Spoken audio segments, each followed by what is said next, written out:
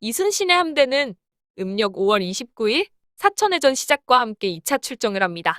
이 사천에서 거북선이 처음 등장합니다.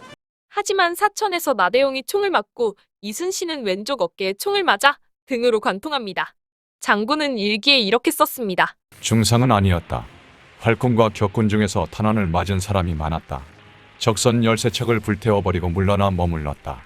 6월 2일 당포에서 거대한 배에 꿈쩍도 않고 앉아 가오잡고 있던 외장을 활로 쏘아 거꾸러뜨리는 등 외선 21척을 격파하면서 당포에서도 승리합니다.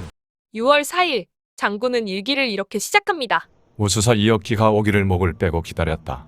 그러면서 대책을 결정짓지 못하고 있는데 정오가 되니 우수사가 여러 장수들을 거느리고 돛을 올리고서 왔다. 진중의 장병들이 기뻐서 날뛰지 않는 이가 없었다. 6월 5일 고성 당왕포로 간 이순신 함대는 아주 당황스럽게 역시나 큰 배 위 누각에 개의 폼을 잡고 앉은 외장을 쳐서 깨뜨리며 또 승리하죠. 개의 폼을 잡고 앉은 놈을 포함해 무려 외장의 모가지 7급을 팹니다. 외장에 계속되는 포음을 잡은 호락선이 때문에 조선군이 아주 당황스러웠던 해전 단항포해전도 26척을 파괴하며 승리했던 겁니다. 6월 7일 율포에서 사도첨사 김한과 녹도만호 정운의 활약으로 대형배 2척을 침몰시키고 3척을 납포하는 등 외적머리 36을 베면서 연전연승합니다.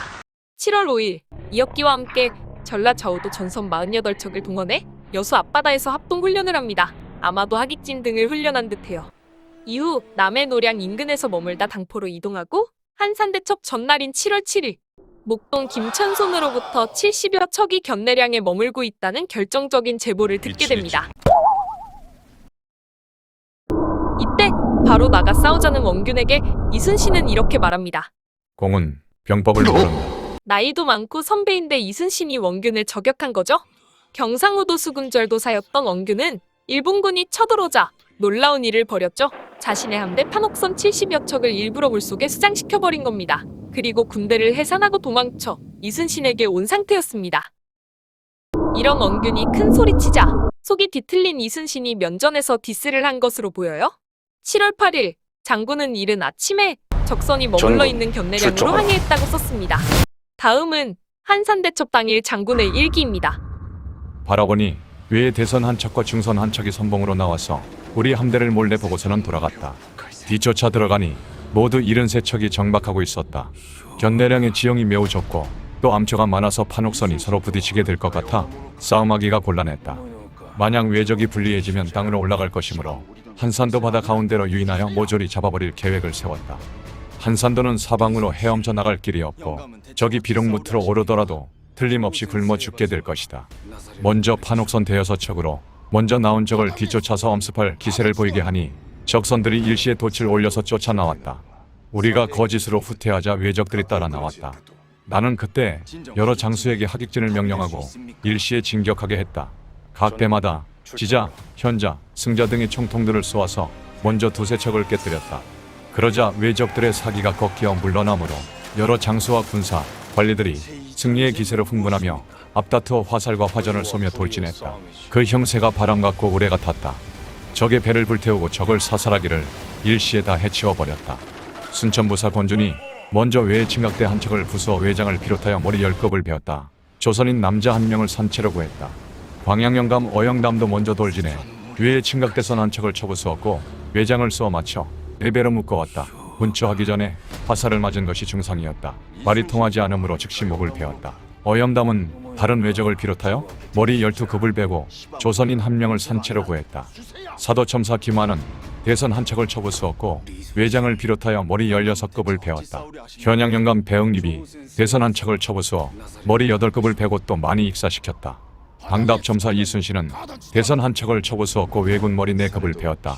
이순신은 왜군을 죽이는데 힘썼지 머리를 베는 일에는 힘쓰지 않았다. 그는 또 2척을 쫓아가서 쳐부수어 일시에 불태웠다. 좌돌격장 급제이기남은 외대선 한 척을 쳐부수었고 머리 7급을 베었다. 좌별도장 본영공관, 전만호 윤사공과 한책 등은 머리 6급을 베었다. 나간군 수신호는 외대선 한 척을 쳐부수어 머리 7급을 베었으며 녹도만호 정우는 침각대선 2척을 총통으로 뚫자 여러 전선이 협공하여 불태우고 머리 3급을 베었다. 정우는 조선인 2명을 산채로 구했다. 여독공관 김인영은 외대선 한 척을 쳐부수어 머리 3급을 베었다. 발포만 후 황정록이 침각선 한 척을 쳐부수자 여러 전선이 협공하여 힘을 모아 불태웠고 머리 두 급을 베었다. 우별도장 전만호 송흥민은 머리 두 급을 베었다. 흥양통장 전 현감 최천보는 머리 세 급을 베었다. 참태장 전 첨사 이용하는 머리 한 급을 베었고 우돌격장 급제 박일양도 머리 한 급을 베었다. 내가 타고 있는 배에서 머리 다섯 급을 베었다. 육군 일령장 손윤무는 외의 소선 두 척의 총을 쏘고 산 위까지 추격하였다. 요령장 전 봉사최도전은 우리나라 소년 3명을 산채로 구했다. 그 나머지 대선 20척, 중선 17척, 소선 5척 등은 좌도 아우도의 여러 장수들이 힘을 모아 부수고 불태웠다. 화살을 맞고 물에 빠져 죽은 자는 수를 헤아릴 수 없었다. 그리고 외놈 400여 명은 형세가 불리하고 힘이 다 되어 배를 버리고 한산도로 도망갔다.